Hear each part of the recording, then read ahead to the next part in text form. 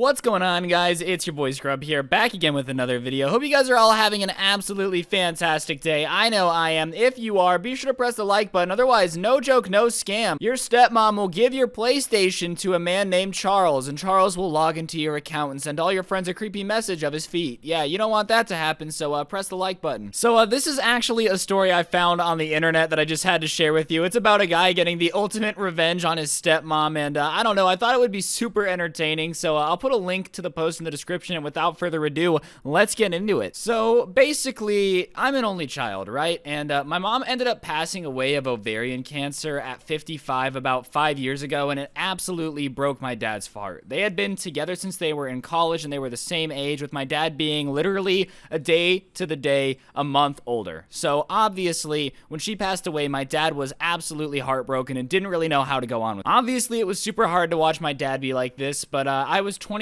and I'm about to graduate college with a degree in chemistry when the events of this story start to occur. And I went to school on a full ride scholarship, and that's going to be important. While my mom was in the hospital, she had this nurse named Grace, and Grace basically played all the right moves to gain my dad's trust. And right after my mom passed away, she was empathetic and nurturing and comforting to him.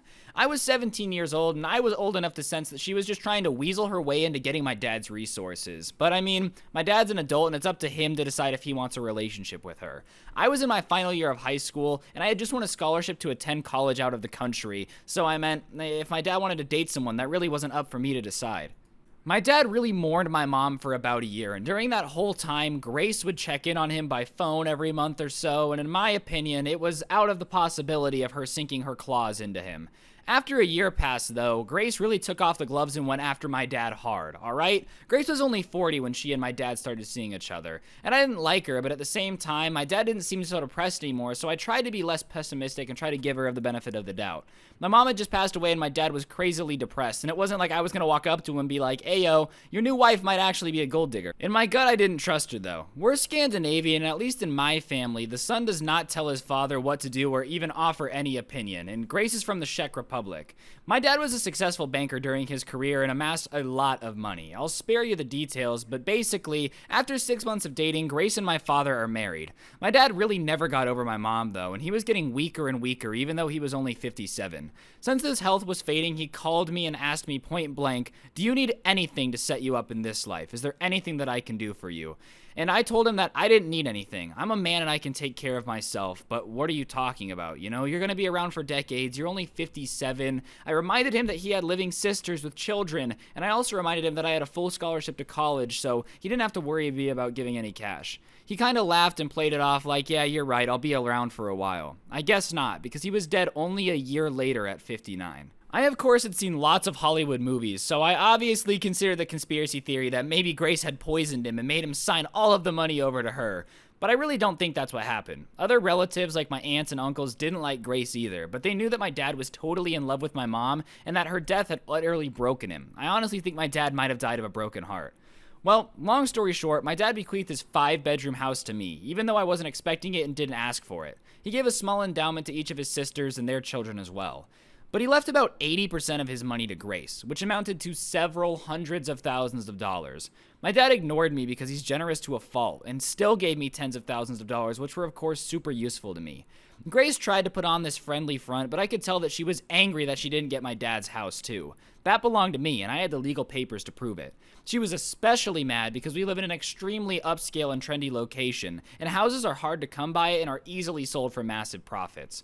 During the first few months after my dad's death, I had a nauseating, creepy experience knowing that Grace was trying to feel me out to see if I might be into dating her. Yeah, call me crazy here. I'm not really into dating my dead dad's wife, but that's another story. She still stayed at the house though, because over the last 3 years, she had gotten used to living there and acting like she owned it. Even though I officially owned it, I was always away at college and only visited my dad's old house once every couple months, and even then, it was just to see my cousins who lived a little bit away. And I downplayed the fact that it was my house. And over the months, I think Grace actually forgot that she didn't have any legal right to the house. She probably believed that sooner or later, because I never asked for any of the hundreds of thousands of dollars, that I was somehow super rich and would just give a house to her. Yeah, because, you know, I'm totally gonna give a house to my dead dad's wife that I hated the entire time.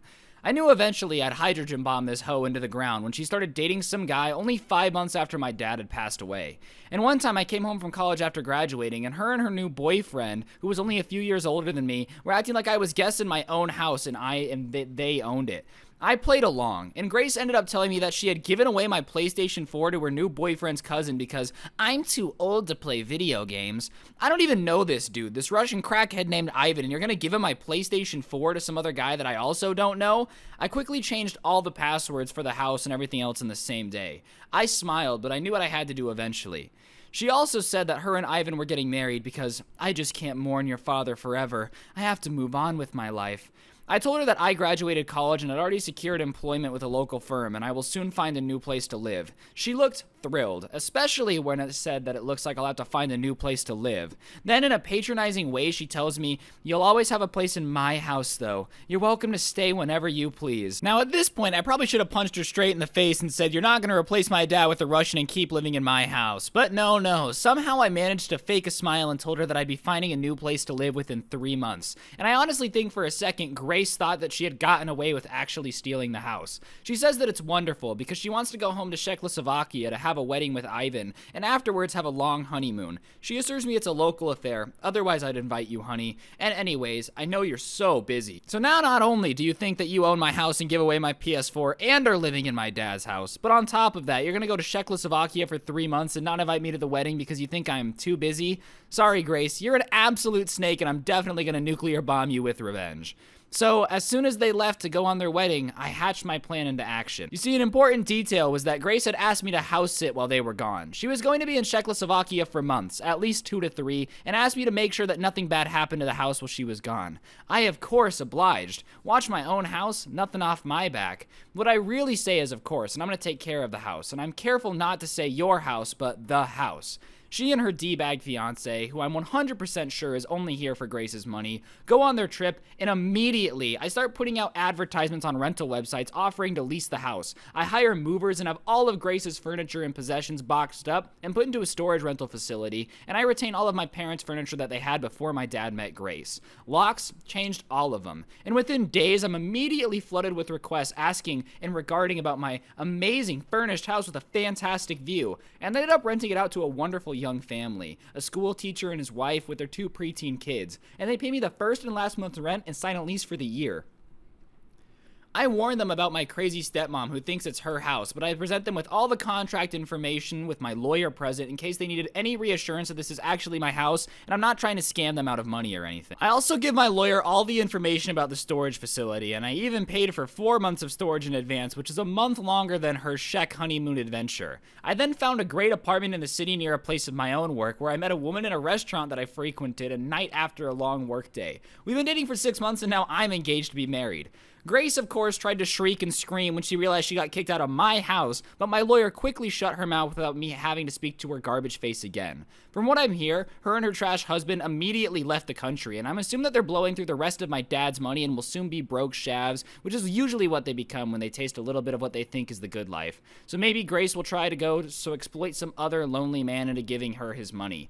Speaking of money, the house that I rent out is actually generating so much money that not only am I able to pay for my cousin's colleges and take care of myself, but I don't even have to work, and I got a bigger apartment with my fiance. I work because I enjoy it, but being realistically, I could solely survive on renting out my dad's house. And to think, if Grace had only been cooler and not creepy and trying to hit on me, and not given away my PlayStation, and not tried to, poison my dad or marry someone immediately after, I might have just let her stay in the house just to be a good sport, and definitely if she stayed out of my room. But no, she had to act like she owned the place, give away my property, and acted like she was actually in charge of everything. So yeah, I made her homeless as a wedding gift.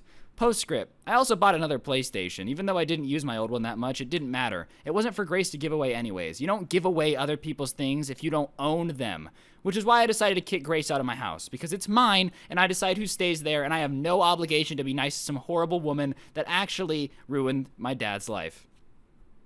And that, ladies and gentlemen, is how you get revenge on an evil stepmom. I know this isn't my usual type of video. Usually I tell a life story about me, but I saw this story and I thought it was super funny and entertaining, so I figured I'd tell you. If you guys want me to do a few more of these, if you don't mind me telling somebody else's story every now and then, let me know in the comment section down below, because I'm not going to lie, I actually had a lot of fun reading this to you guys. So, yeah, on that note, that's going to do it for the video. Hopefully you enjoyed. If you did, be sure to press the like button. Let me know in the comment section down below what you thought. Today's notification shout out actually goes out to a near and dear friend of mine, an absolute savage. I don't really know them very well, okay, but everyone's a friend. If we're subscribed, you're basically my friend, you know, guaranteed. That's just how the rules work around here.